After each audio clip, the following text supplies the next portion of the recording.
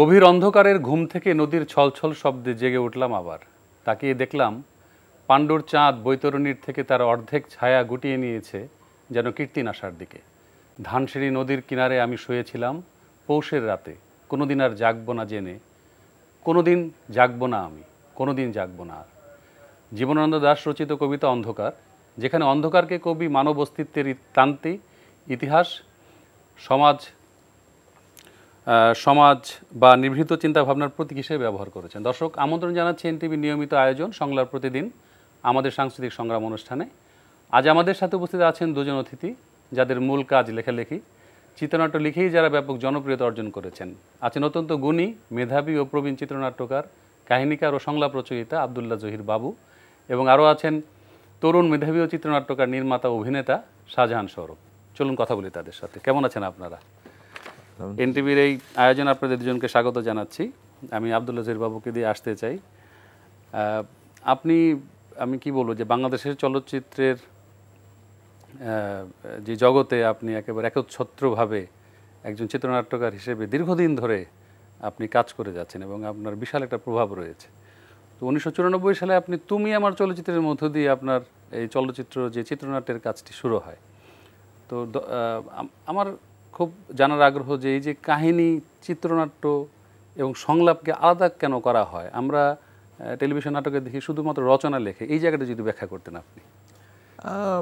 Actually format অনুযায়ী difference তো একটা আছেই, কিন্তু একটা আমরা সবচেয়ে সময়ে অতীতে যদি আমরা দেখি আমাদের যারা অগ্রজ ছিলেন, যারা আমাদেরকে বিগিনিং থেকে শিখিয়েছেন, মানে আমার তো বলতে গেলে আমার হাতে খড়ি আমার বাবার হাতে, বাবার সাথে আমার ছবি দেখা শুরু। আমি জ্ঞান হওয়ার পর থেকে ছবি দেখি আমার বাবার সাথে। তখনকার সময়ের movie of the week, later on 82-তে আসলো ভিসিআর। তখন ভিসিআরে দিন দিন রাত রাত মানে কতক্ষণ ধরেছি আমরা, এরকম রেকর্ড আছে আমরা 38 ঘন্টা টানা ছবি দেখেছি। জি জি জি। আমার বাবার একটা অভ্যাস ছিল মানে সবকিছু ডিটেইলিং এ আমাদের সাথে কথা বলার, তার একটা থিঙ্কিং অ্যালাউড এর মেথড ছিল। তো উনি আমাদের যেটা বোঝাতেন যে একটা প্লট, একটা স্টোরির প্লট হলো একটা স্টোরি।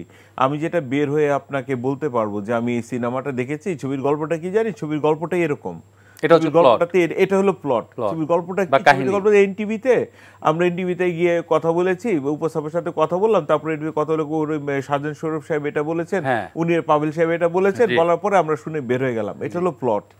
আর আমি যে উঠলাম, সে লিফটে উঠলাম, লিফটে ওঠার পরে আসলাম, লিফটে আসার পর আপনার ঘরে বসলাম, সেখানে আমরা বসে যে এখানে বসলাম, এটা হলো লাইন আপ। আর এখন আমরা চা খাওয়ার সময় যদি সংলাপে ভাগ করি, লিফটম্যানকে বললাম যে আমি 10-এ যাবো, লিফটম্যান 10-এ দিল, আসলাম, আপনার রুমে আসলাম, আপনি বললেন কি খবর, ভালো আছেন, বসলাম, আমরা কথা বলছিলাম, ক্রিকেট নিয়ে কথা বললাম, বেরোয় আসলাম, এখনো প্রোগ্রামে বসে কথা বলছি। এটা হলো সংলাপ ফরম্যাটে বলা। আর টোটালটা যখন আমরা ইন এ সেন্স টোটালটা দেখবো, এটা হয়ে গেল তখন ফিল্ম, বা এটা হয়ে গেল কন্টেন্ট, বা যদি এখনকার সময়ের কথা পার্সপেক্টিভে বলি, এখন এটাকে রচনা বলি। যখন টোটাল জিনিসটা যখন একজন লোক কেন্দ্রিক হয়ে যায়, তখন এটাকে রচনা বলা যায়। জি।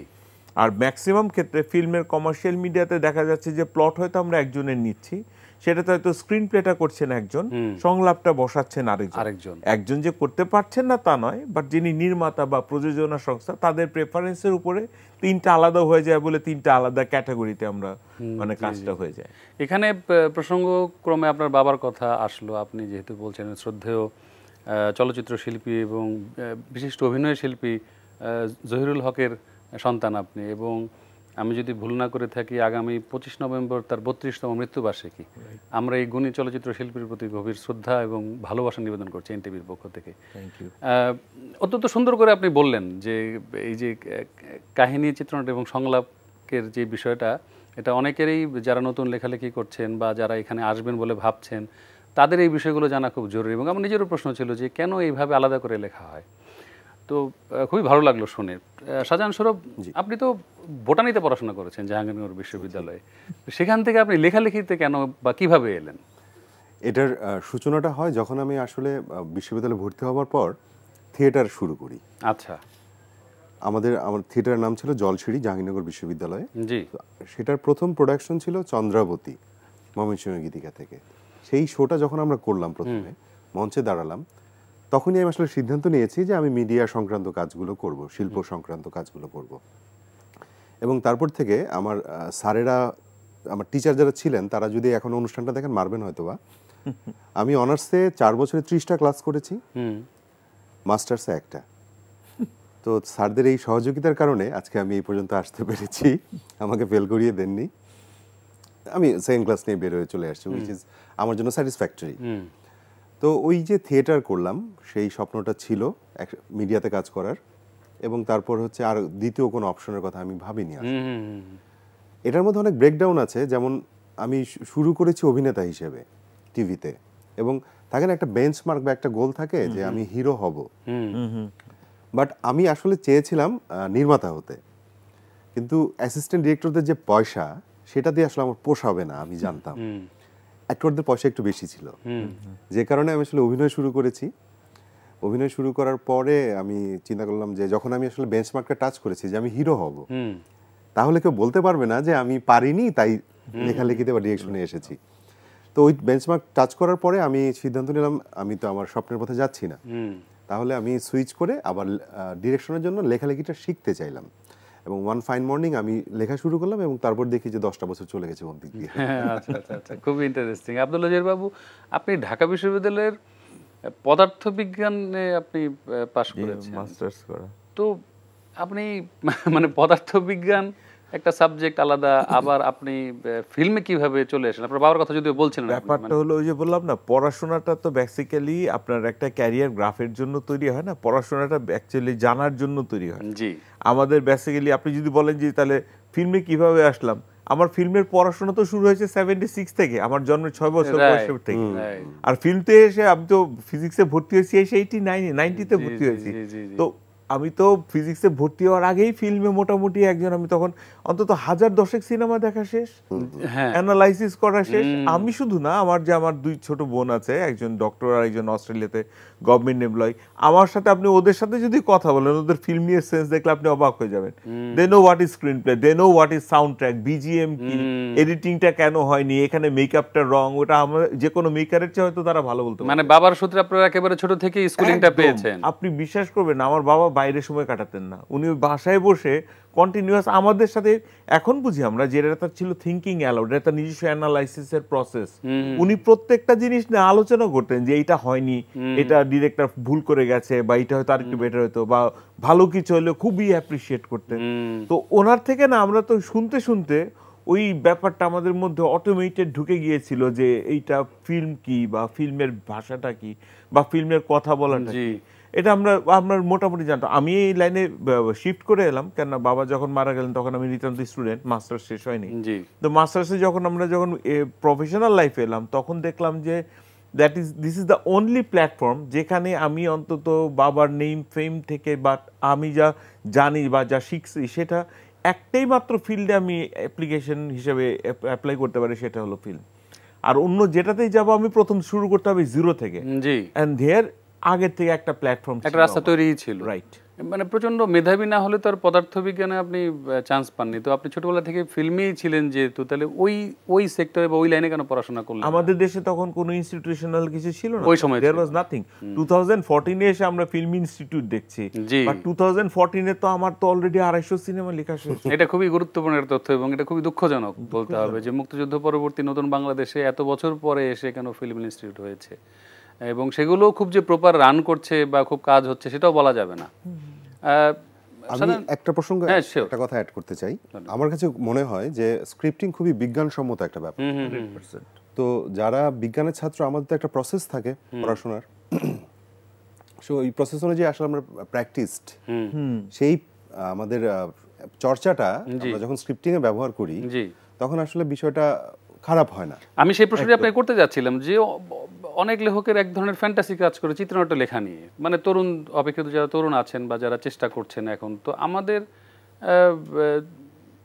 চ্যানেলে যেহেতু আমরা কাজ করি, আমাদের কাছে অনেকে গল্প নিয়ে আসেন যে আমি এটা লিখেছি বা আমি একটা নাটক লিখেছি, সেগুলো আসলেও কতটা গল্প বা নাটক হয়ে উঠলো সে তার চেয়ে বড় প্রশ্ন।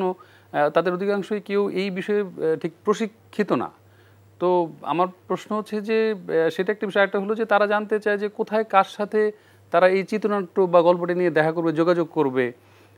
তাদের ক্ষেত্রে আসলে পরামর্শ কি, তারা কিভাবে চিত্রনাট্য লেখার কৌশলটা আয়ত্ত করতে পারে?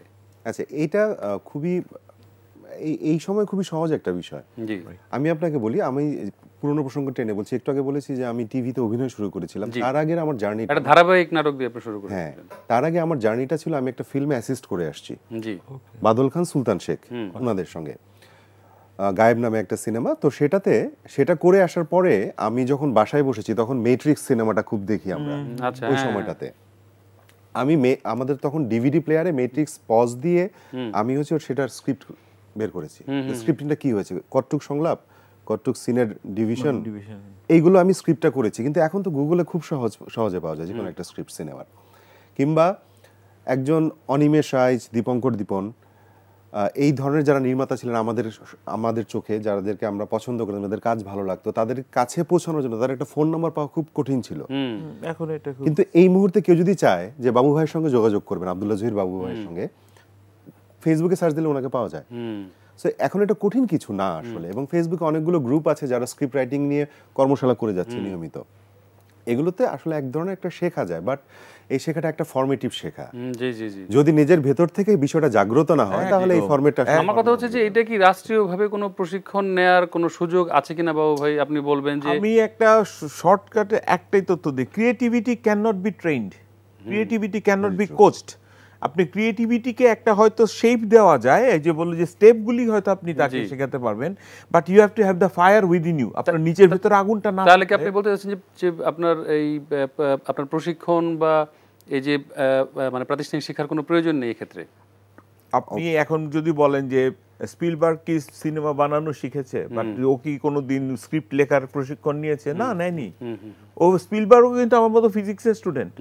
এখন আপনি যদি বলেন যে এটার জন্য যে আমি প্রশিক্ষণ দিয়ে এটাকে আনবো, না। আমরা যেটা করতে পারি, আমরা আমাদের ইনস্টিটিউশনগুলি থেকে, যে আমাদের যেটা রেগুলার ইনস্টিটিউশনগুলি আছে, এদের মধ্যে থেকে ক্লাসের একটা পার্ট থাকতে পারে ক্রিয়েটিভ রাইটিং, যেখান থেকে ক্রিয়েটিভ রাইটারের মধ্যে থেকে যার মধ্যে স্পার্ক আছে সেটা কিন্তু ওইখানে ওই ইনস্টিটিউশন আইডেন্টিফাই করতে পারবে যে এই ছেলেটার লেখার হাত। আপনি বলছিলেন যে আপনাদের সময় এই সুযোগটা ছিল না, কিন্তু এর পরবর্তী সময়ে তো এখন আপনার বিশ্ববিদ্যালয়গুলোতে আলাদা ফিল্ম অ্যান্ড স্টাডিজের উপরে অনেক ধরনের প্রাইভেটে এবং ইসে হয়েছে, এবং সরকারিভাবে নিমকোতে এগুলো নিয়ে কাজ হচ্ছে। কিন্তু রিসেন্টলি একটু আপনি 2000 আফটার 2014 থেকে পর থেকে ইন্টারনেটের ব্যাপারটা আসার পর থেকে সিনারিওটা ডিফারেন্ট।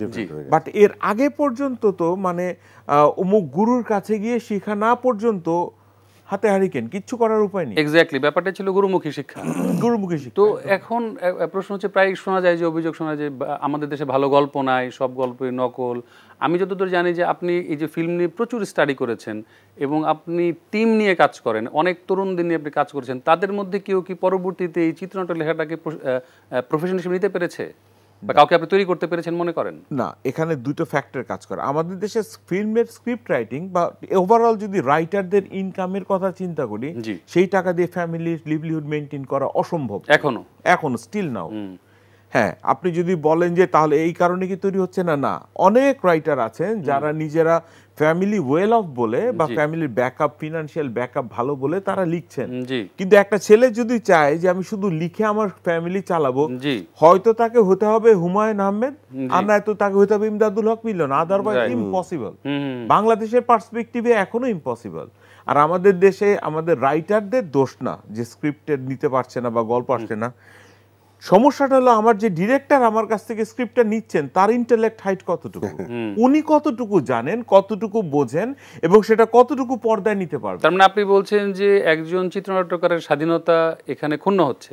স্বাধীনতা তো বলবো না, তাকে আগে থেকে আমি একটা, আমার ডিরেক্টর সে যে ছবি বানিয়েছে তার ওস্তাদের কাছ থেকে শিক্ষার উপরে, আমি এখন তাকে যদি বসিয়ে, তার যেমন আমি খুবই গর্বের সাথে বলতে পারি আমার পুরনো যারা মেকার ছিলেন ফিল্মের, 2-3 জন লোককে আমি কিন্তু বায়াস করে মডার্ন ফিল্ম মেকিং এবং এখনকার যুগের ফিল্মের টেকনিক সম্বন্ধে কিন্তু বায়াস করে কিন্তু তারা কিন্তু জিনিসটা গ্রহণ করেছেন সাদরে। এর মধ্যে সবচেয়ে প্রথম নাম আসবে মালেক আফসার।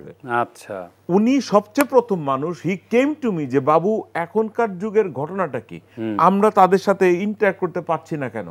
উনি আমার বাসায় এসে দিনকে দিন সময় কাটিয়েছেন আমার সাথে। He tried to know what is Netflix, he tried to know যে ওয়েব ফিল্ম আর ফিল্মের মধ্যে ডিফারেন্স, ওয়েব সিরিজ আর ফিল্মের মধ্যে ডিফারেন্স। উনি রীতিমতো এগুলো নিয়ে আমার সাথে আড্ডা মারছেন। এবং আপনি নিজেও কিন্তু তরুণ নাট্যকার বা যারা চিত্রনাট্য লিখেছেন তাদেরকে নিয়ে আপনি মানে বসে তাদেরকে বসিয়ে ছবি দেখানোর যে একটা প্রসেসের মধ্যে দিয়ে আপনি নিয়েছেন, সেগুলো আমরা জানতে পেরেছি। তার মধ্যে আমি একদম মানে ভেরি রিসেন্ট বলতে অনন্য মামুন মানে আপনার কথা বলছিলেন, আমাদের এই টক শোতে এসে বলছিলেন। অবশ্যই মানে আমি সবসময়, যেমন আমার খুব একটা বাজে অভ্যাস আছে, আমি যেখানেই যাই আমি খোঁজার চেষ্টা করি যে ভালো জানে কে, যে এই ছেলেটার মধ্যে দেখলাম স্পার্ক আছে। অনন্য মামুন অসম্ভব ভালো গল্প বলতে পারে, হয়তো গল্পটা ভালো না বা কিছু না, কিন্তু ওর way of approaching the story was excellent, excellent. Okay আমরা যে কারণে চেষ্টা করেছি পেট্রোনাইজ করে যে একটা জায়গা পর্যন্ত না যেখানে ও তারপরে প্রফেশন চেঞ্জ করে ডিরেক্টর হলো, প্রডিউসার হলো, সেটা ডিফারেন্ট কথা, but he was the spark was in him. Best পেয়েছিলাম ফারুক আহমেদ বলে একজন রাইটার, অসাধারণ লেখনীর হাত ছিল তার। কিন্তু আপনার এই ইন্ডাস্ট্রিতে এত বেশি প্রভাব, আমরা যে কোনো মুভি দেখলে বা মানে কোনো চলচ্চিত্রের প্রসঙ্গ আসলে আব্দুল্লাহ জহির বাবু ছাড়া যেন আর কোনো উপায় নাই, তাহলে আপনার পরবর্তী প্রজন্মের মধ্যে থেকে কেন সেইভাবে চিত্রটা উঠে আসলো না? এই প্রশ্নটা আমি রেখে গেলাম আপনার কাছে। আমি প্রথম যে প্রশ্নটা করছিলাম যে এই যে আমাদের এখানে বলা হয় যে ভালো গল্প নেই এবং নকল গল্পের হচ্ছে, আপনি যাই করছেন, যত ছবি রিলিজ হচ্ছে বলা হচ্ছে যে এটা তো ওই ছবির নকল। এই প্রশ্নের উত্তর নিয়ে আমি মানে আবার আপনার কাছে আসছি, আপনি বলেন। এটা প্রথমত এটার একটা গ্যাপটা তৈরি হয়েছে কোন জায়গা থেকে? আমরা দেখি নেটফ্লিক্স, আমরা বলিউডস মুভি দেখি, মালায়ালাম দেখি, আরও যা যা আছে, কোরিয়ান মুভি দেখি, কিন্তু আমরা যখন মেক করি তখন আসলে এটা দর্শকের ভাবনা যে আমরা নেটফ্লিক্স দেখছি, দর্শকের এই পার্টটা আমরা রেখে দিলাম। যখন আমি একজন ডিরেক্টর হিসেবে চিন্তা করি, আমি চিন্তা করি এই জনপদের গল্প বলবো, যেটা আমার সাথে কানেক্ট করবে, আমার মোস্ট অফ দ্য পিপলকে কানেক্ট করবে, যেটা ব্যবসায়িক জায়গা থেকে খুব জরুরি। তখন আমি কিন্তু যে কারণ মানে একটা থ্রিলার গল্প প্রথম ভাবনাতেই ভাবতে চাই না আমি, যে কানেক্ট করবে না, দর্শক নেবে না। সো আমি যখন ঘুরে ফিরে আমার ভাবনা থেকে সরে যাই যে আমি একটা ইনসেন্ডিস ভাবতে পারছি না, আমার দেখা আছে, দর্শকেরও দেখা আছে, কিন্তু আমি ভাবতে চাচ্ছি না কমার্শিয়াল আসপেক্টের জায়গা থেকে, কিছু বায়বীয় ভাবনার জায়গা থেকে, তখন এই গ্যাপগুলো তৈরি হয়ে যায়। আমাদের গল্পের কোনো অভাব নাই। আয়নাবাজির মতো সিনেমা কিংবা মনপুরার কথা যদি বলি, খুবই আমাদের লোকাল সিনেমা। এবং আমি সাম্প্রতিক সময়ে শিহাব শাহীন ভাইয়ের দাগি সিনেমাটা আমার প্রচন্ড ভালো লেগেছে। আমরা যদি হাওয়ার কথা বলি, অসাধারণ। হাওয়ার কথা বলি, হাওয়া অসাধারণ। এগুলো গল্প হিসেবে ইউনিক, যেমন এদের ক্যালিবারটা বা পটেনশিয়ালটা গল্প হিসাবে যে কোনো ওয়ার্ল্ড মার্কেটে ফাইট দেওয়ার মতো। এখন আমাদের এখানে গল্প হচ্ছে না, মৌলিক গল্প হচ্ছে না, সিনেমায় কটা হচ্ছে। সেই গল্প নকল হওয়ার যেটা বলা হয় যে, এবং আপনি এক সময় একটা খুব কন্ট্রোভার্সি হয়েছিল যে আপনি বলেছিলেন যে এফডিসির গল্পগুলো নকল হচ্ছে এবং এটা নিয়ে তুমুল বিতর্ক হয়েছিল এবং আপনাকে এফডিসি থেকে এক ধরনের চাপও মানে দেওয়া হয়েছিল। কিন্তু একইভাবে আপনার দিকেও এই ধরনের অভিযোগ আছে যে মানে বাবু ভাই সব নকল গল্প বলেন। এইটার বিষয়ে আপনার ব্যাখ্যা কি? একজন কমার্শিয়াল রাইটার যখন কাজ করেন, সে অর্ডারে কাজ করে। কমার্শিয়াল রাইটারের ক্রিয়েটিভিটি কিন্তু ব্লক হয়ে যায় সেই অর্ডারটাতে। জি, আমি যখন ফিল্মে আসি 93-তে, আমার আব্বার বন্ধু বিশিষ্ট মুভি মোগল বলেন জাহাঙ্গীর খান, মরহুম জাহাঙ্গীর খান সাহেব, উনি আমাকে প্রথম ফিল্মে আসার প্ল্যাটফর্মটা তৈরি করে দেন।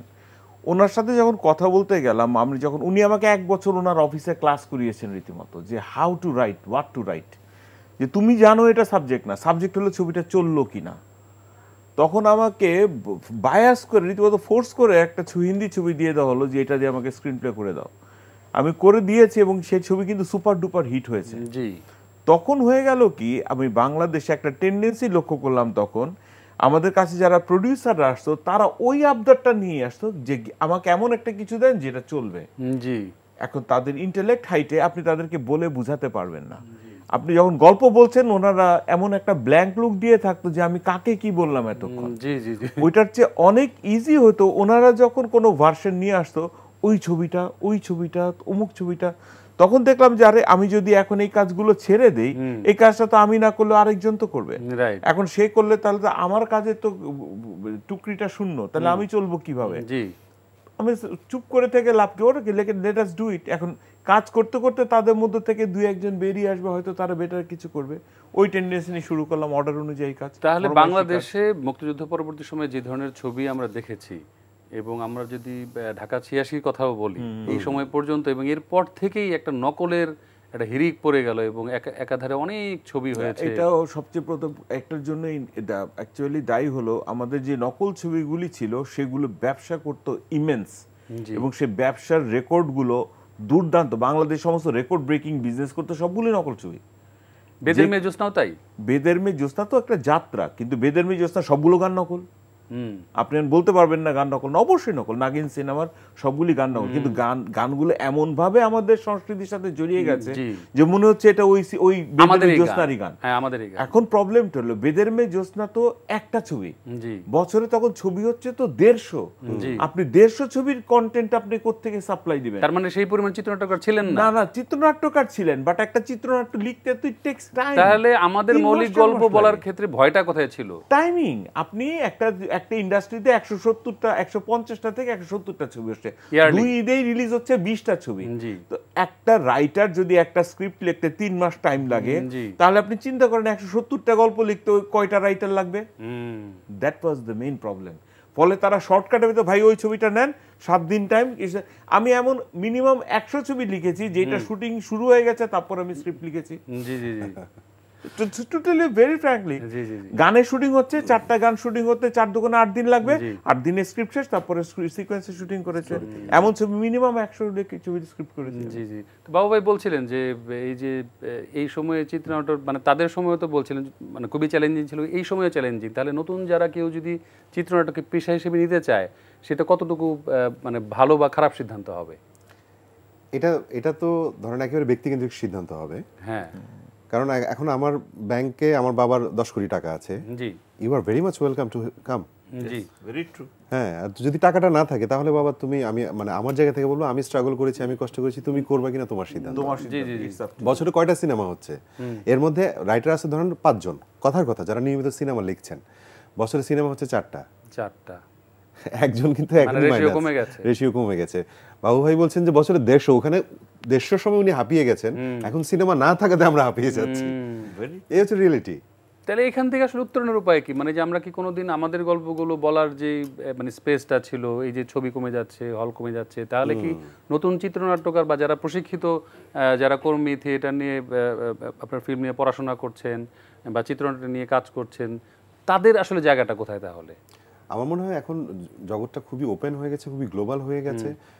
সিনেমাই করতে হবে নট নেসেসারি, প্রত্যেকটা কন্টেন্ট এক একটা সিনেমা, প্রত্যেকটা সিনেমা এক একটা কন্টেন্ট। এক্স্যাক্টলি, কন্টেন্টের এখন জোয়ার বইছে এবং অনেক প্ল্যাটফর্মস আছে, ওবিসি টিভিসি হচ্ছে, ওটিটিতে কাজ হচ্ছে। সো যদি প্যাশনের জায়গা থেকে কেউ রাইটারই হতে চায়, তার জন্য অপশনস অনেক। উল্টো আমি তো বলবো যে আমাদের সময় থেকে এখন বেশি, তখন তো ফিল্ম ছাড়া কোনো মিডিয়া ছিল না, অনেক ধরনের মাধ্যম তৈরি, 58 চ্যানেলস, 58 চ্যানেল। এখন এগুলি তো রান করতে তো রাইটাররা লিখছে। তো আমি আপনার এখন রাইটাররা তো আমরা সময় যেটা আমরা 30,000 টাকা দিয়ে আমার রেমুনারেশন শুরু অ্যাজ এ রাইটার হিসেবে, সেটা এখন তো রিসেন্টলি যা যে শুনতেছি 8 লাখ 10 লাখ টাকা চাচ্ছে লিখতে। হ্যাঁ, সে কতটুকু লিখতে পারছে বা কতটুকু হচ্ছে বা কতটুকু সাকসেস পাচ্ছে সেটা ডিফারেন্ট থিং, বাট চাইবার সাহসটা তো করছে অন্তত। আমাদের দেশের সবচেয়ে বড় প্রবলেম কি জানেন?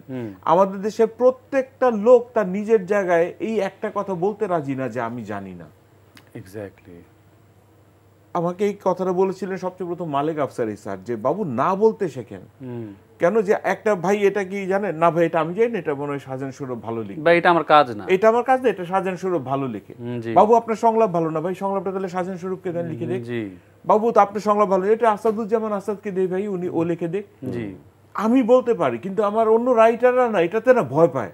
হ্যাঁ, আমি যদি বাবু ভাইকে দিই, বাবু ভাই তো আমার ক্রেডিটটা দেবে না। আপনি তো একটা কেন রে ভাই, আপনার 90s থেকে একটা দীর্ঘ সময় এখন পর্যন্ত যদি বলি, আপনি কন্টিনিউয়াস এই কাজটার সাথে যুক্ত ছিলেন। এর পাশাপাশি কি অন্য কোনো কাজ করেছেন আপনি? নাথিং। আমি মাঝখানে শুধু 3 বছর বঙ্গতে অ্যাজ এ কন্টেন্ট ক্রিয়েটর হিসেবে চাকরি করেছি। I was the head of productions. But the thing is, ওইখানে যেটা আমি নিজে ইচ্ছে করে ওখানে গিয়ে কাজটা নিয়েছিলাম রীতিমতো জোর করে, শুধুমাত্র just to know what is coming to us, what is our next frontier.